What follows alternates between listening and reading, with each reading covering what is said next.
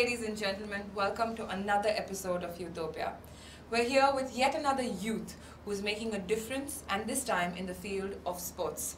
Rebecca Mascarenhas is here. So Rebecca, what sport do you play? I play football. And what position do you play in? I play midfield or defense. Alright, so we're going to be taking some more information from Rebecca about the sport and how she plays it and what we can learn from Rebecca's achievements and understanding.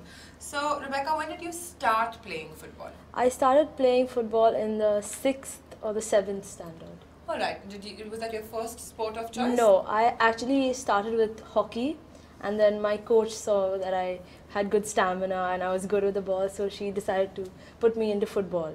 Alright, so now when you say stamina, I think every sport has a different kind of element that you need to have.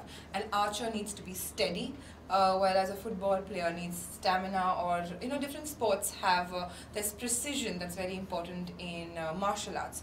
What are the three most important aspects that a football player needs to have? Besides stamina, you need determination to be one of the top players, because you can never be the best. You always have to strive to be the best. There'll always be someone who's better than you, so you kind of have to work towards it. Then another thing is you got to be punctual with whatever you do in football. You should be punctual for your warm-ups, for your practice sessions, for your matches. You should have your schedule properly planned so that you don't miss out on anything because you're late. Wow. So, talking about being punctual for warm-ups and other schedules, what is a basic schedule, let's say on a day of a match? The match is happening at 5 p.m. in the evening. What's your schedule for that My match? schedule for my match does not start on that day itself. It starts the day before. I see that I get a early sleep. I go to bed early so that I wake up fresh. I don't have a tiring day before. We usually don't have practice on the day before the match too, because that's our day of rest. So we wake up in the morning the next day, and we carry on our usual activities, but we see that it's not too strenuous. And then if the match is at 5 o'clock, we'd have to report there by around 3:30, so that, if they say it's 4, then people tend to come Susegad time. And Alright, so like half an hour early in a good spot. Yes. So, and then once we're there, we kind of meet together as a team. We discuss our strategies. We have, they don't involve just the first playing 11. They involve the whole team so that everyone knows what's happening and everyone's connected with what's happening. Wow. So, yeah, and then we begin our warm-up for the match. So that's a lot of planning. So that means that a lot of thought goes into how it is, supposed to be playing off on the field. Yeah. Sometimes when we're watching, we just go like, 11 people run out there and just try and chase the ball. But that's not the case. There's a lot of planning as to what Rebecca is saying that goes into it. Coming to one of the most important things, and I know it's very important, is the warm-ups. But when I see football players, when I'm around a match, they have a warm-up, they have a cool-down, and even when there's that 10-minute break in the middle, they kind of don't sit. They're either walking or stretching. Why are these three phases in the game very important? The first is the warm-up before the match. That's when we come from a relaxed position and we got to get into a workout position. Our muscles should be relaxed and active, ready to run. So we have a workout that stretches everything. We start off with a jog, then we stretch our muscles so that, when we run, it's not too strenuous on our muscles. We don't just run, we don't just walk. We run, walk, and stand also, because there are different moments when we have to do different things. Correct. So we mainly focus on our leg muscles while stretching, but our upper body muscles also require a lot of stretching because it's from our waist and below that. Correct. Then we have the stretching in between. When it is during practices, we have like around 3 to 4 breaks. So within that time we get a sip of water. We don't drink a lot of water because it gets heavy. Then we tend not to sit down, because when we sit we tend to relax and end up talking and all. So we prefer to just go drink water, stand around, walk, so that we don't sit. But during our match, when we have that 15 minutes, because it's much more than what we do during practice, we are told to lie down for first 3 minutes or 2 minutes on our sides so that we circulate your entire body. Exactly, Wow, relax. that's a good tip to remember. and we're not allowed to talk during that time because that's waste of energy. After that is done, then we sit up, we sit in a circle, and then we talk about how we can improve ourselves in the next half. We don't tend to focus on the negatives, but we work on our positives. Wow, that's a huge lesson right there. Firstly, I think I'll take that from you. On the sides, resting on the sides, so your body gets full circulation because you're constantly on your feet, lying down in the middle of it. And then, of course, planning and strategizing. What about the cool down, Rebecca? Like for our warm-ups, we cool down so that we don't directly go home with stretched muscles, and we need to kind of loosen them so that we can walk and, you know, go back to a restful position. Restful position, exactly. And from our matches, that is even longer cool down because we tend to run more, we tend to exert ourselves more. And if we don't cool down, we wake up with catches the next day, or we find it difficult to get back to our usual routine. Wow. So we kind of need the cool down. Yes. I don't know if you ever had a cheat day in that sense, but has there been a match that you've ever played without a warm-up? No, we've never played a match. But there are matches where we go home without a cool down. Yeah, so does that affect a lot? That affects a lot. The next day you feel the effect, the burn of it? Yes. What about those kids, and I'm talking about the girls and boys, who are playing, let's say, every evening, and you know, they just go to the ground, they get together, and they're kicking away, and they probably play longer matches. What would you say to them about their warm-ups? Their warm-ups usually, the matches I know, that because when I go to play with my friends and all, it's not really that strenuous our warm-ups. They're just like, we end up stretching. You warm up? Yeah, people we don't run for our warm-ups, you see. We just end up stretching our legs or doing some small warm-up. And then as the game progresses, we tend to get warmed up during the game and all that. All right. And usually I think games, when they play with friends, they tend to have these, at the end, free kicks or something like that. So that's kind of like a slow cool down. Cool down. Oh, so that is taken care of in a sense. Coming from the exercising bit of it, soccer as a sport is very, very well known, well liked in Goa. Not just the girls and the boys, even the adults are so interested in it. But I have seen now that there's a GSPL happening in the south of Goa, and then there's always a tournament happening somewhere or the other. What is it that makes football such an amazing sport that everybody likes it so much, especially around, let's say, Goa and all age groups? I would feel that it's because anything can happen at any moment. I mean, it's there in every sport, but you see, with football, there are so many skills that you learn. It's quite interesting when you watch an experienced player play. You see them do tricks with the ball and you're like, maybe I could do that. Then you try it and you're like, no, I can't do that unless I practice. Alright, so there are tricks involved. And why are all age groups so fond of the sport? Because it's a pretty simple sport if you go to see. It doesn't require much skill. Whereas if you look at hockey, you got to learn how to hold the hockey stick. Or if it's badminton, you got to learn the service because there are a lot of do's and don'ts. Whereas in football, it's just a ball at your feet and you can kick it anyhow. I don't think so. I think there's so many corners and D's. That is besides the point. Whereas when you play with friends, everyone can enjoy it at their own level. Whereas that's a great point to make. Whatever age you are at, you can play it in your own square and you don't have to. Yes, exactly. That's a point well made. How did your parents take it? Because I'm sure you said you were playing hockey and then you go ahead one day and say, I'm going to play football. What did your parents say? My parents were fully supportive. They were very encouraging. They said, play whatever you want, provided you balance your studies with it. I ended up playing almost every sport in school. But then I also made sure that I was studying as well. So when I was on the field, I was only playing. When I was in school, I was only studying. Sounds like a plan for every student out there. Play when you're playing and study when you're studying. Which is the highest match that you've played so far, or the level that you've played so far? I've played an international tournament, but it was only international because there were invitees. That was when my school played the Subroto Cup. Your school would be? Our Lady of the Rosary, Donapal. Our Lady of the Rosary, Donapal, playing the Subroto Cup. That's quite a big achievement. We qualified when I was in the 9th standard.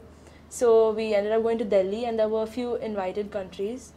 But we didn't reach very far there. But that was like the first tournament that I played internationally. Participation is important. Yes. What about nationally? Nationally, I played last was Goa under 18 women's. Wow. And there also we kind of stopped with the qualifiers. All right, qualifiers is a great place to start because I see this even at GSPL. We had the men's matches start, and there are lots of soccer leagues that are happening, some in the south, some in the north. We got so many for the men, and I'm not saying we're progressing with the women, but we're getting there. So I think even qualifiers is a great place to be. Well done. What do you tell young girls who are out there and want to play soccer but feel shy because they can't kick that hard? And I know a lot of young girls, they go like, I want to play but I don't want to play with my brother, or I want to play but I don't want to play with my neighbor because they kick harder, they kick faster, or sometimes they're a little bit more rough. What would you tell the girls who are playing the sport?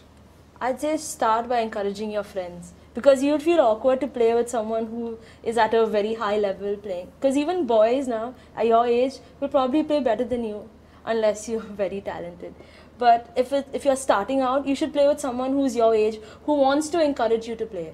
If you play with boys like who would kind of tease you a lot while playing and all, you tend to get discouraged a bit. That's true. So I started playing with my cousins, and they used to tease me here and there, but they used to also help me as I go along.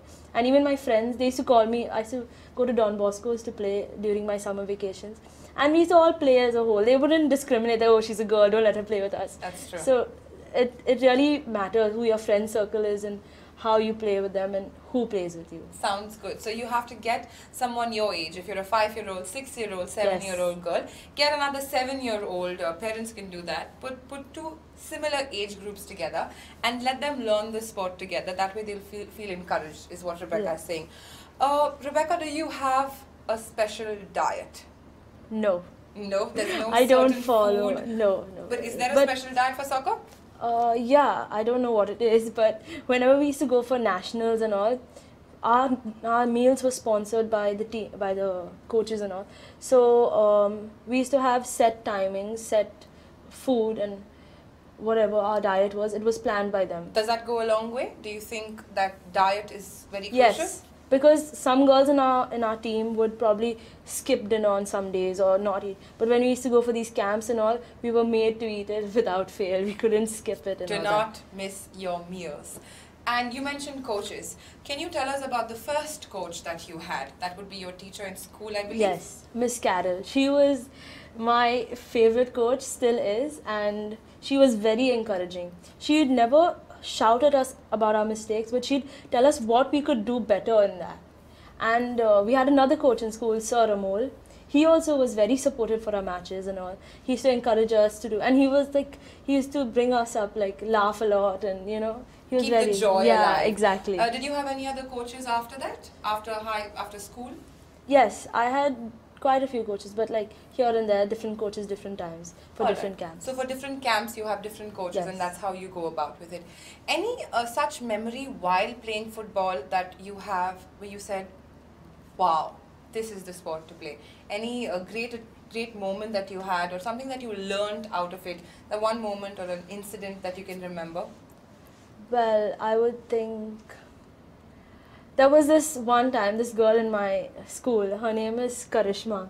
And if you met her on the street and all, you'd be like, hey, this girl, she just roams around. She looks really thin and all. But when you see her on the field, she's amazing. She just shoots the ball. And you'd think, wow, she's amazing. And you may think that, okay, she doesn't play that well. But when you look at her play, she's full into the whole sport. And I think she's the reason that I used to enjoy watching our team play. Because she used to and everyone used to get so excited when and every match she used to end up scoring a hat-trick.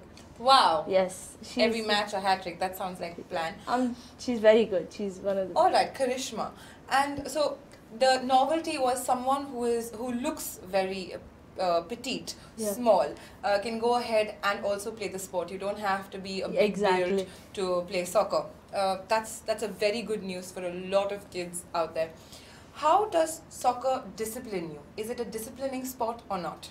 Yes, it is. There are a lot of rules and regulations you have to follow. You have to be very systematic in what you do. When you play, you have to have presence of mind, so it improves your thinking skills also. So yeah, I think it disciplines you very well, because there are a lot of things you can't do, such as on the field you can't just fire anyone. You could get a card or something. Yes. you gotta stick to the rules. You can't just, if you're angry with someone, you can't just pick the ball up and throw it at them. You gotta know when to control your anger. You need to know when to control your emotions. So I think that it disciplines you like that. Yeah, well. and that having said, I need to underline when a sport is being played, I think both the teams get so charged up with energy that it is very possible to get angry with each other. But holding that self-restraint, I think also is a very good quality that you gain. Do you all pray as a team before you start a game? Yes, we have since we started playing. Our coaches encouraged us to pray as a whole team. We'd stand in a circle, our feet touching each other, our hands joined, and we used to pray. But towards the end, like in school, like the teacher used to usually say the prayer. But as we went along, like in national level, each girl would end up saying a prayer for each practice or each match. That sounds like something that would bond you all Yes. together. What about after you have played? Sometimes when you lose a match or you don't go through the qualifiers, let's just say, did you guys meet together and debrief yourself? Yes, we before each match and after each match, whether we win or whether we lose, we pray and we talk together as a team.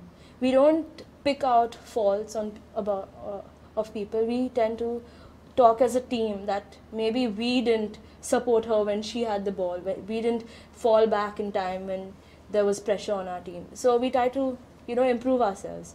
The coach would not pick on a person while everyone's talking. The coach may take the person aside and talk to her individually. Wow, so that's something I think as friends also when we're playing we need to remember, that you can't pick on a person, it's a team game. If you were given a choice to choose a team, let's say any national team or international team, which team would you play for? In short, I'm asking you, what team do you really, really like? I'd play for the Manchester United. This seems like a Manchester United fan here. So Manchester United women's team is what you are hoping for. There's a long way to go for that. Are you planning of taking football as a career, or is there something else on your mind? No, I don't plan on taking football as a career because I know for a fact that there are people much better than me right now, and I'm focused right now on my studies. So I'll play football alongside, but I won't stress on it too much at the moment. Alright, so football as a passion, as a sport, and not as a career, which seems like a very concise idea that you have. So what are you doing in your studies? What are you doing career-wise? Right now I'm doing engineering, mechanical, first year. Wow, mechanical engineering first year, where? Agnel Institute of Technology and Design. Wow, and what do you plan to major in or pass out with in your engineering? There's something on your mind? Automotive, airplanes? Originally, I had taken engineering thinking I'd join the Defense Forces as in the Air Force or the Army. But now as I realize that there are many more options and I gotta convince my parents and figure that. Yeah. So as I go along, I'll probably be open to more suggestions and ideas. Correct. So the thing is, I always have this thing about engineers. I'll tell you a short. The reason why I look up to engineers. When we're passing by in a city, we look up at a building or at a car, and all that I can say is, wow, what a piece of work. But an engineer can look at that same car or that same building and say, I can make that better. And I think that is a power I like that an engineer has. The power to make something better, to go ahead and make it look more beautiful or more aesthetically sound and make it function more. Yeah. So that's good. How does football help you as a student in engineering? Is there any help that comes in? There's not much. Not much. I'd say it's not really related. Not either. really related. But the reason I like football now, as in I still pursue football, is like once I'm on the field, there's nothing I'm thinking about besides the football. So it's a de-stressor from what you're doing. Yes. That makes a lot of sense. If there are girls out there who want to go ahead and pursue football as a career, what would you like to tell them? Because you've played for nationals under 18. If someone wants to go ahead and play further on in a women's team or is planning, what do they start to do, in the earlier years? What would you suggest to them? I would suggest that as you play football, see that you're studying something as well. Because you don't know when your career might end in football. it wouldn't be because you're not getting a good team and all. You could get some physical damage to yourself. You could get injured really badly, and then your career is just destroyed, and you won't have a backup plan. You have to start from scratch again. Whereas as you're young, your mind is still young, so you can balance your studies, you can balance your sports, you can balance everything.